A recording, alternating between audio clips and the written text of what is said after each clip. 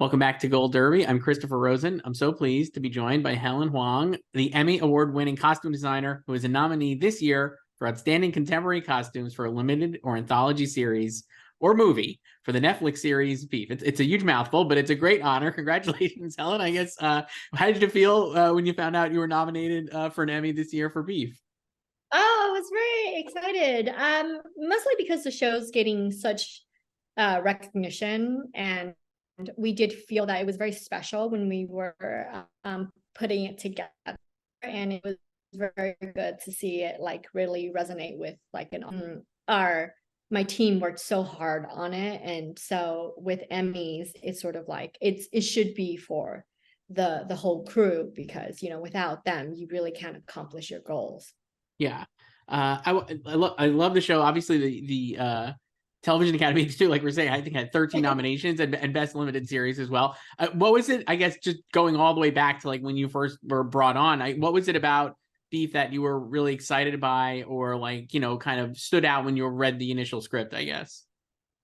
Well, it was during a time when I was looking for a script that involved an Asian American cast or a director, an Asian American director, or a showrunner. It was pretty specific, and my agent brought me this script, and I got 2 episodes, and it was like the most amazing thing I think I've read in a really long time. I think it was because it was very grounded in a way, full of emotions that people experience a lot in our contemporary lives, especially having existential crisis. I think that's something that everyone deeply understands. But then also there's this other layer of like being surreal and philosophical at the same time. And I just felt Sunny was such a brilliant writer to sort of have each toe dipped in each one of these ideas and have it uh, be so cohesive and so interesting. And so, yeah, the script was so amazing, and I really, really wanted to work on it. Yeah. No, so you mentioned like obviously it's contemporary costumes. I guess I was thinking about this in general. I feel like that is so tricky because it has to look like, we walk around, we see contemporary costumes, right? Or like you're just like our clothes, like it's not like a period piece where you could be like, oh, so I find that really tricky. And I guess for you then, where do you start when you're kind of thinking of the costumes? And obviously I think this show you have these really well drawn characters, which I'd imagine helps. But I guess in general, like where do you start in thinking about how these clothes would look? And do you kind of like, I don't know, you like putting together like mood boards or something for like Amy or for Danny? Like, how did you kind of go about that? Well, with contemporary projects that I do, I tend to think about what I want to say in terms of like a society, because I think you should start from there. And try to, when you think about that, it's sort of like, for me anyways, it was the most organic thing to think of, sort of out of the box ideas. And I also think that just because you have a contemporary show doesn't mean you have to be super linear and being like, people like, I think my thought is life is stranger than fiction. Truth is not. Contemporary costumes is, just because something looks real doesn't mean it's boring, which I think sometimes people confuse contemporary costumes as. And so I do think about what I wanted to say. And in this piece, I definitely wanted to talk about, with Amy's side, how people project themselves on Instagram and what this curated world looks like. And this idea of like good taste and how it's viewed by people in a different economic standing, which is Danny. And then on Danny's side, I really wanted to talk about the regional differences in an Asian American experience and what that look like. And I did want to show people men that I knew when I was growing up. So like my fathers, my cousins, my brothers, my friends, in terms of like what sort of evolved in terms of like their look, especially since Danny is from like Torrance, El Segundo, and how being Asian growing up in that community is very different than an Asian, maybe say growing up in Los Angeles Central and Koreatown. And so those were definitely things that I thought about and wanted to draw from as I entered into this. And, even with the production design, we always try to do contemporary plus. So it's like very heightened, and it's more about showing paralleling the narrative that's happening. And so, you know, when you're doing that, then you could put Amy in all creams and whites to juxtapose her, you know, emotions. And Danny could look, you know, like and we source all his clothes from Goodwill. And so we did try to really take him there instead of using contemporary clothing. Like now we definitely source like Goodwill clothes for him because that was authentic to his character. Right. You know, and for research, I look at a lot of photojournalist like photographies. And you know, like even when we're doing like Paul, we looked at our friends like Facebooks and things like that to sort of really mine what true reality looks like versus what we have in our minds. And also to really play with the characters because they get an arc, right? And so you're not dressing them as day players. You know, they're not serving just a narrative purpose. So if they're bad, you have to dress them as an antagonist. You know, there was none of that. It was more of an exploration of people. Yeah, I love that. I love that about Danny's outfit. His whole wardrobe feels like very, I mean, like I think I feel like it's like reflected maybe in like the music of the show obviously is from that like specific era, right? Like 15, Yeah. 20 years ago. And I feel like Yeah. Danny looks like he is Yeah. dressed like it's 15, 20 years ago, right? Like that kind of thing. And I guess like, Yeah. so when you're like, yeah, like do you, I mean, go through like sourcing his clothes, like you said, from Goodwill. It's just like, are you just constantly on the lookout then for things that you feel like will fit, or do you like you and your team work on that? Like, how did you kind of like specifically find like some of the good stuff that you put Steven in for this? Well, sometimes I go shop, but on shows, you usually have a shopper. And, you know, I work very intimately with mine, and my ACD also shops, and they sort of like know my aesthetics and what I like. And, you know, and they go out and like look for things that like really work. And I also tell them to sort of like use their creativity in terms of like, you know, things that they feel that they could bring back.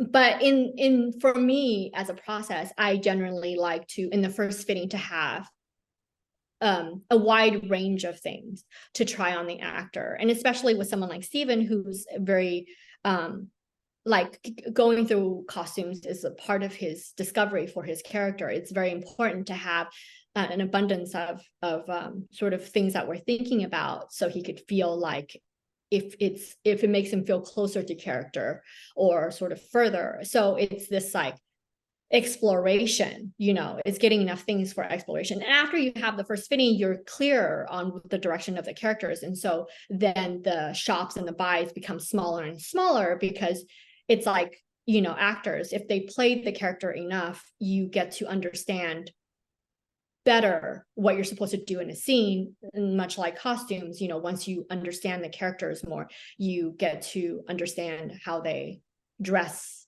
you know, in certain situations, and be more exact about it. You know, sometimes people will ask me, like actors will ask me like, what is this scene for? And I'll be like, well, you have to understand the whole world before you get to that scene, you know. And that's something that I really believe in. Yeah, that's great. At the risk of just going through all the characters, but I do think they're all the costumes are so great and like so well drawn, and so, kind of obviously so are the characters. But you mentioned like how Amy, you have her in like a lot of creams and like whites, and then you kind of balance with George. Obviously, is in a similar palette. And I guess I just wanted, how did you think about George and like kind of like all these characters have such great arcs? I think his is really interesting in the show. How did you think of like how you evolved like his look and like how he should look in relation to Amy and stuff like that? Well, for me, it was very important to have George very much be a reflection of Amy's world. I think in reality, people of certain like different aesthetic, like they often share, when you're a couple, you often share more often than not the same sort of aesthetic values, you know. But with George in particular, I did want him to feel more international in terms of like an Asian man. And I did want to use the opportunity to show that Asian men can basically wear anything and be extremely fashionable, something that I feel like maybe isn't utilized a lot. And, you know, he did have to feel like Amy, but I did want him to feel like a creative person, like he's dressing as a creative, to have a creative point of view, but also he's very exact in the way Amy is, like he understands what he's projecting out to the world. And we did try to keep him in the same palette, but a little bit more fun. So he definitely has, you know, an embroidered t-shirt, you know, or like paisley sweatshirt, a colorful cardigan, you know. So he has the same silhouettes and mimics the color palettes that she does.